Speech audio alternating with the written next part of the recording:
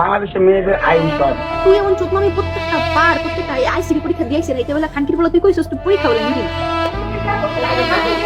তুমি লালার বোন। Don't touch my phone, okay? Don't touch my phone. ভাই এখন কিন্তু 5টা মিনিট অফলাইনে থাকাটা ওর আমারে বিয়া করবো কইছে। তখন আমার মা অসুস্থ ছিল ওই আমার এই ফ্ল্যাট চলবে না, যৌতুক হিসাবে আমাকে 1.5 কোটি টাকা দিয়ে ফ্ল্যাট দিতে হবে। ভাই এখন কিন্তু 5টা মিনিট অফলাইনে থাকাটা ওর রাষ্ট্রপতি পদপ্রার্থী হিসেবে ধরেন গিয়া পানি খাইতে গেলেন, ফিরে এসে দেখবেন দেশের ট্রেন্ডই বদলিয়েছে। এই যেখানে যে গাঁজা উদ্ধার হলো, কুমিল্লা থেকে ঢাকা হয়ে চাঁপাইনবাবগঞ্জ গাঁজাগুলো নিয়ে আসতেছেন এখানে। নতুন কন্ট্রোভার্সি, নতুন লাইফ, নতুন মামলা। চিন্তা করছে যে ঘরে আমার পোলা টিকটকার, আমার নতুন বউ টিকটকার, আমার সাবেক বউ টিকটকার, এলে আমি কেন পিছাই থাকবো? এখন মনে হয় ফোন বন্ধ করে ঘুমানোটা একটা বিশাল ঝুঁকির কাজ। ধরেন আপনি ঘুমানোর আগে ভাবলেন আজ একটু শান্তিতে ঘুমাবো, সকালে উঠে ফেসবুক খুললেন, দেখলেন আরেকটা গল্প স্টার্ট হয়ে গেছে। এমন একটা গল্প যেখানে আছে টিকটক, রিলেশনশিপ, ফেসবুক, লাইকি, অভিযোগ, সুগা মামা, সুগার ড্যাডি। তো চলেন একটু পিটাই। এই তোমার বাসা কেন? তুমি লালার বোন। Don't touch my phone, okay? Don't touch my phone. Last warning. বউ পিটাবেন না, তো চলেন একটু পিছে যাই।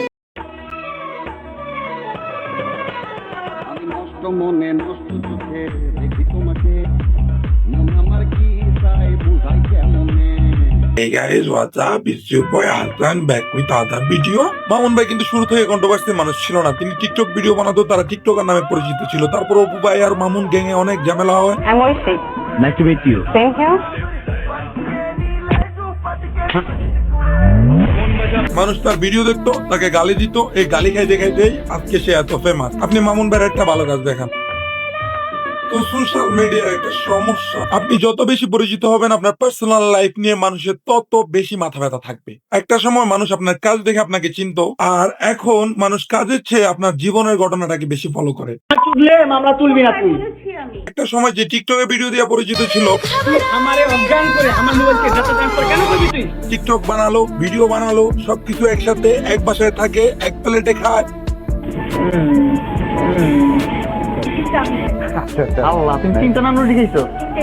এমনি দেখছেন কত বড় দেহ, তারপরে এতগুলা খাইছে, এই মোটা দেহ হবে কয়দিন পরে পরে ওর ও মা গো, টুরুলা ট্রেন লিস্ট মানে লাইলা, ট্রেন লিস্ট মানে মামুন। একটা রিলেশনশিপ ক্যারিয়ার শেষ না হতে আরেকটা চ্যাপ্টার শুরু হলো। ঘটনা বুঝতে হলে আমাদের একটু পিটাতে হবে। তুমি লালার বোন।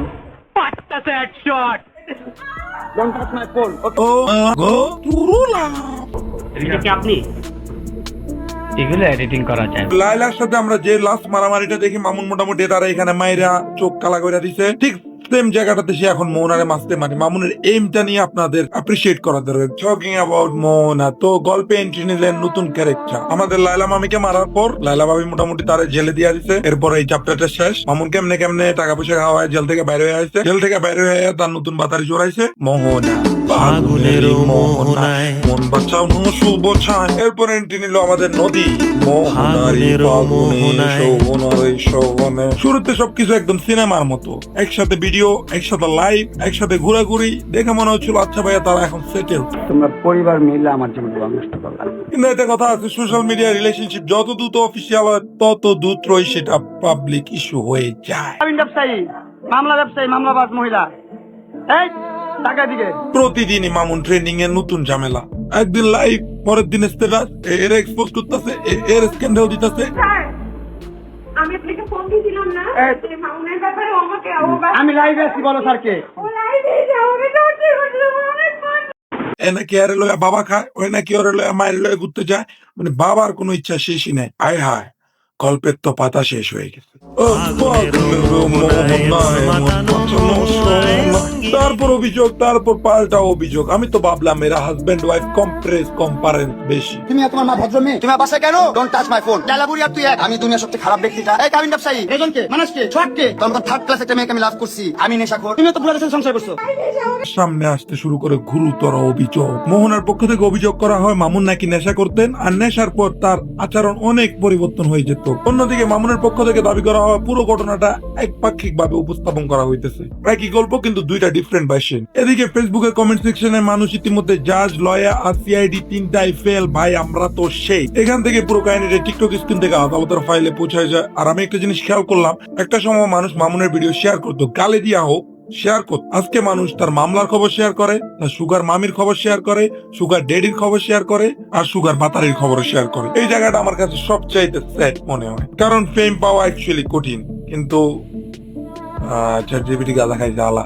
এই ঘটনার মাঝখানে হাজির হয় আবার সেই পুরানো ক্যারেক্টার যাকে আমরা কন্ট্রোভার্সি ম্যাগনেট বলি। হ্যাঁ, আমাদের লিখন ভাই। তো চলেন দেখি এদের বিবাদে ওর কেমনে এন্ট্রি হলো। লিখন রান্না করতেছে, খাওয়ার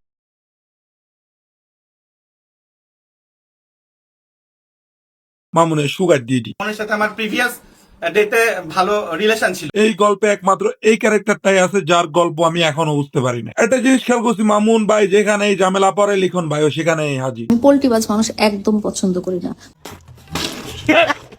কোর্টে গেল না, তার অ্যাটেম্প টু মার্ডার যে আগে যখন লাইলার সাথে মামুনের ঝামেলা, তখন লাইলার পাশে গেল, হায় রে আম্মা আমি তো এটা সাইড, আমি তো কই যাও মামুন রে তো দিয়া দিচ্ছে কাম সারা। আর এই বান্দা মামুনের মালের প্রতি কিন্তু খুব আক্রোশ। এই মামুনের মা বুড়িকে আমি বিয়ে করার প্রস্তাব দিচ্ছি। এখন যখন দেখি মোহনার সাথে ঝামেলা, দেখি লিখনও উপস্থিত। মেয়েরা মানুষ নাকি রিলেশনশিপ ব্রেকআপ সিস্টেম, যেখানে ব্রেকআপ সেখানেই সে লগ ইন মারে। মামুন ভাই একাই যে সুগার মামিদের পছন্দ করে, ব্যাপারটা কিন্তু এমন না। লিখন ভাইয়েরও সুগার মামি রোগ আছে। ও বলতে পারবে যে আমি ওকে, বা লাইলা কোনোদিন বলতে পারবে যে ওকে আমি কোনোদিন ব্যাড টাচ করেছি। মামুনের সাথে যার ঝামেলা লাগে, কিছুদিন পরে আমরা তারে দেখি তার পাশে গিয়ে দাঁড়ায়। এটা ভাই ফ্রেন্ডশিপ না, এটা হলো কন্ট্রোভার্সি সাবস্ক্রিপশন। নতুন ড্রামা আসলে অটোমেটিক লগ ইন হয়ে যায়। এরপর শুরু হলো ইন্টারভিউ, পাল্টাপাল্টি বক্তব্য, আর ভাই এখান থেকেই পুরো কমেডি ইউনিভার্স ঢুকে গেছে। এর মধ্যে আবার ভাইরাল হলো মামুনের মায়ের সাথে লিখনের স্ক্যান্ডাল। বুড়ি আমার জেন্ডার নিয়ে কিভাবে কথা বলে। কয়েকজন আমাকে বলেছে, আরে লিখন এত সুন্দর দেখতে, তারপরে সে কেন মাস্ক পরে আছে। ওর মধ্যে থুতু দিবি দেখা, এই কারণে মাস্কটা পরে তাই। মামুনের মায়ের সাথে লিখনের স্ক্যান্ডাল। কনফিউজ, আমি কি অ্যাকচুয়ালি ফেসবুক চালাই নাকি বাংলা কমেডি শো? কোন ধরনের এক্সপোজ করছে মামুনের মা। তীব্র নিন্দা জানাইলাম। মামুনের আম্মার বিচার এই দেশের মানুষ করবে, আপনি একদম টেনশন করেন। কি লিগে আর মাঝখানে নাক গড়াইতে হয়। ক্যারেক্টার খারাপ। এই বুড়ির ক্যারেক্টার খারাপ মানে কোর্স এটা কি খালায়? সুমনের সাথে মামুনের মায়ের পরকীয়ার সম্পর্ক। কি লিগে আর মাঝখানে নাক গড়াইতে হয়। একজন কথা বলতেছে, আরেকজন এর থেকেও এক কাটি সরস উত্তর দিতেছে। সুমনের সাথে আমার প্রিভিয়াস ডেতে ভালো রিলেশন ছিল। সুমনের সাথে আমার কোনো সম্পর্কই নাই, হিজড়াকে আমি চিনি না। এরপর তো বিষয়টা আরো মজার হয়ে গেল। লিখনকে নিয়ে এমন কথা শোনা গেছে সে নাকি মামুনের মায়ের বিয়ে করতে পারে। লিখন ওই যে হিজলা মাস্ক পরে তাই যে আমার বিয়া করবো কইছে, সে দিছে তারে কামড়। কন্ট্রোভার্সি। এ আমার বিয়া করতে আমার বাদ গেছিল, হেলিকে আমি কামড়টা দিছি। এই গল্পে আসলে কি কি দেখার আর বাকি আছে কোন? বুড়া বেরি তুই হাতে এখন দাদি করে ধরছে। এই বুড়ির পিছে না যাইতো, তার আজকে মামুন মনে করো এই শাকিব খানের কাছে থাকতো।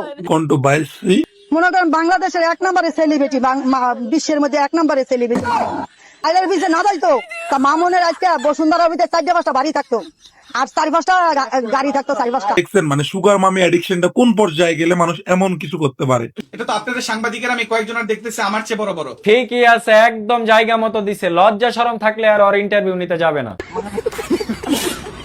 আরে বুড়ি মহিলা, হাজবেন্ড ওয়াইফের মাঝখানে তুমি কি তা করো? আসবো না সোশ্যাল মিডিয়া সবার জন্য। তুমি তোমার সংসার তুমি আইসা বুঝা নাও। খালা মোহনা যদি না আসে তাহলে আমাদের লাইলা খালারে নিয়ে আসেন। কি বলবো, এত সুন্দর অভিনয় পারে। শুধু কি অভিনয়, কঠিন অভিনয় করে। পাগল লিগা রাখিয়া থুইছি, আমার ছেলের খাইবো, আমার ছেলের বউ।